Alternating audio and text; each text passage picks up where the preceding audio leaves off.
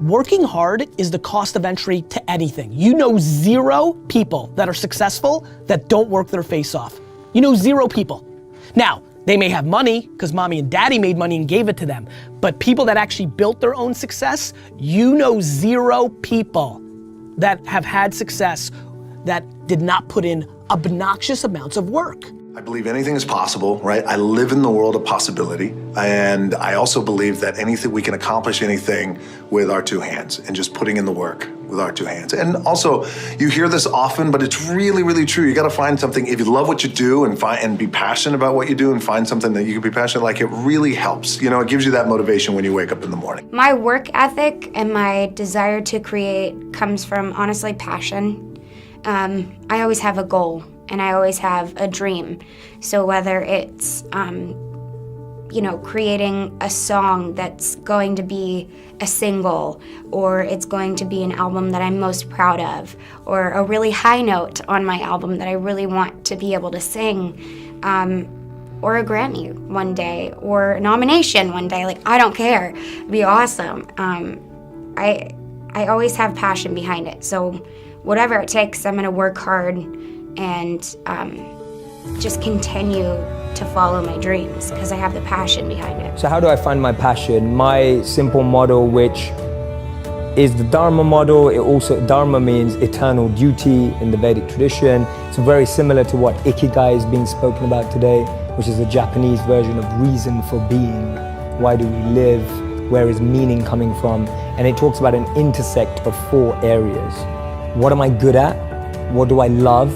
What does the world need, and how do I get paid for it? To me, those 4 help you unlock your passion. When you find the intersect across all of those 4, you're making your passion your purpose. You'll unlock your passion, you'll find your purpose. This is path 1, there's 2 paths. Path 1, I find my skill set and I engage it to help other people and become better at it.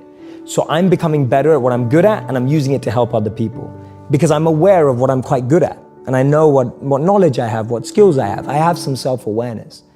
The other path that people often miss is actually I just start serving people. I just start helping people and I start to notice what I enjoy about that and what I'm good at helping people with. So that's Gandhi's part. Gandhi said that you find yourself when you lose yourself in the service of others. So for me, those are the 2 paths of how do I find my passion and finding the intersect between those 4 areas. People say you have to have a lot of passion for what you're doing, and it's totally true. And the reason is because it's so hard that if you don't, any rational person would give up. It's really hard, and you have to do it over a sustained period of time. So if you don't love it, if you're not having fun doing it and you don't really love it, you're gonna give up. And that's what happens to most people, actually. If you really look at the ones that ended up being successful, unquote, in the eyes of society and the ones that didn't, oftentimes it's the ones that are successful loved what they did so they could persevere when it got really tough. And the ones that didn't love it quit because they're sane, right? Who would want to put up with this stuff if you don't love it? So it's a lot of hard work and it's a lot of worrying constantly. And if you don't love it, you're gonna fail. So you gotta love it, you gotta have passion. My 3 E's are element, environment, and energy. Everyone has an element that they thrive in. If you take someone out of their element, they won't be the same. A modern day example would be Michael Jordan. He was incredible at basketball. You took him out of basketball, put him into baseball, no one remembers his career. You're talking about one of the best athletes of all time. Your environment is the environment around you. You can take a fish out of water and give it a beautiful mansion and a Bentley and all the money in the world, but it will die. And that's what we are, like our environment. Everyone needs an environment which they thrive, which we have to craft. Your boss, if you're at work, is never gonna ask you, hey, what environment do you succeed in, right? Like, that never happens. So we have to create an environment where we thrive. And then finally, it's energy. Some of us love high energy environments, high pressure. Some of us succeed in low energy environments and low pressure. Figuring out your energy and the frequency on which you operate best will help you thrive as well. So for me, those are the 3 E's to really create a thriving environment. Know your element, know your environment, and know your energy. And so at all times, if I see anything going wrong, I'm going, is my element out of alignment? Is my environment out of alignment? Or is my energy out of alignment? And that's a great 3-question test you can do to yourself when you don't think things are going right. And all you have to do is bring that back into alignment. Jay, my relationship's falling apart. I get asked that all the time. So the answer to that is much harder. It's harder to summarize it, but I always start with self-actualization, that the problem is we have a list for the one that we want, and we don't have a list for what we need to become. And I don't mean become to attract, I mean become to just be, to just get to understand yourself. You don't know what you need in your life until you figure out who you are. And so I find too many people rush into relationships without really recognizing and being fully aware of what they need from a relationship. So it all comes back to how aware are you?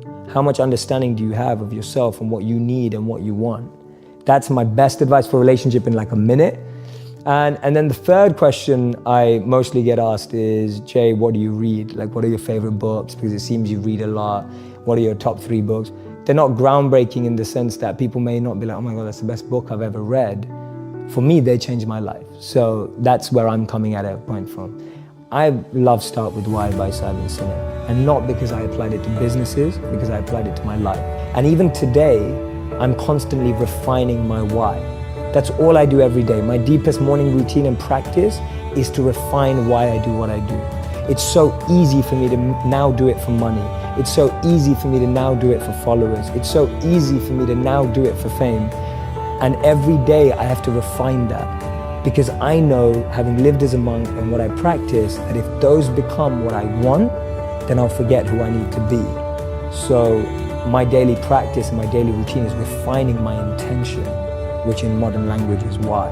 So for me, Simon's book helped me do that. First and foremost, what I think everybody should do, and even I'm saying this, actually I'm giving myself advice right now, I'm just getting meta and stepping away from this interview. You need to do things that make you a little uncomfortable. Way too many people have made decisions without ever trying, right? So the punchline is this, look, here's what I'll say on this little genre as we're jamming on it. You have one life. Like, one of the great things that happened to me growing up was there was a lot of grandparents that visited. I had a lot of kids in my neighborhood. And for some unknown reason, I don't know if I'm an old soul or what it is, I used to, on the playground, go and sit with old people and just talk to them. And let me tell you one thing about old people, 80, 90. The one thing that has stuck with me as a child and sits with me today is they regret. Regret scares the crap out of me, Elvis. Do you have any regret right now?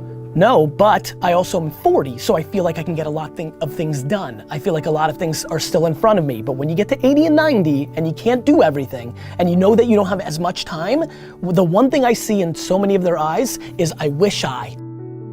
There's only one you, okay? Because there's no one like you. And I don't mean the superfluous, superficial parts. I'm talking about the core of you, who you are inside, your values, your beliefs, your flaws. And once you understand who really that person is, you would have taken the first step in finding your unique self. And that is the best version of you. Who am I really? Most often we don't allow ourselves the ability to dream beyond our imagination. We don't allow ourselves to think about the future because we are afraid of change. We are afraid to move away from what is familiar. Either that or sometimes, we are too rigid to let our dreams evolve. Loosen up, shake it off a little bit. Change is the only constant thing in life, and you are never too old or never too experienced to learn something new. Believe that you have everything already as your Brahmastra in your will to be able to be and achieve your dreams. Be fearless. I know I wanted to become an aeronautical engineer. What am I today? I'm an actor, I'm a singer, I'm an author, I'm a producer, I'm an artist. How did I go from becoming an engineer to all of these things? I made choices. The choices that I wanted for myself. So that is my rule number 2. Let your dreams fly. Give them wings. Be who you want to be just by being fearless. Now, opportunities. That's another important part of being fearless. They're a very funny thing, these opportunities. They don't come very often. They come far and few in between. But when they do we recognize them? Our job is to recognize them and make the most of them. I look back on all the things that I've done and I marvel at the opportunities that came my way. Miss India, Miss World, when I was in Bareilly in army school.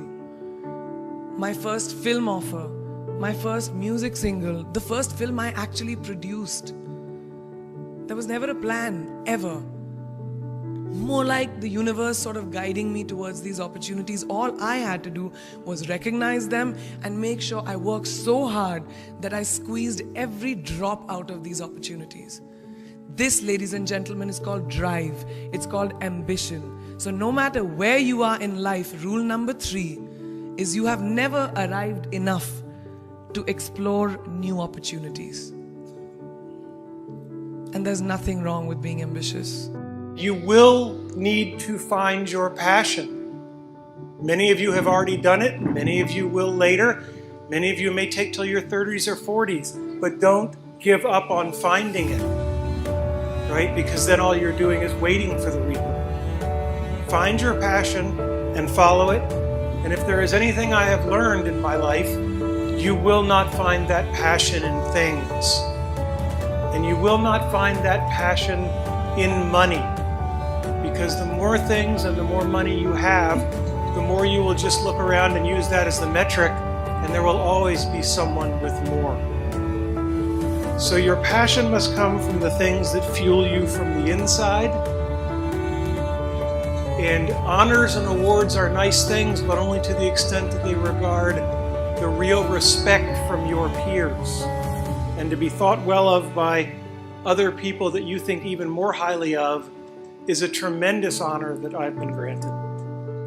Find your passion, and in my experience, no matter what you do at work or what you do in official settings, that passion will be grounded in people, and it will be grounded in the relationships you have with people and what they think of you when your time comes. And if you can gain the respect of those around you and the passion and true love, and I've said this before, but I waited till 39 to get married because I had to wait that long to find someone where her happiness was more important than mine. And if nothing else, I hope that all of you can find that kind of passion and that kind of love in your life.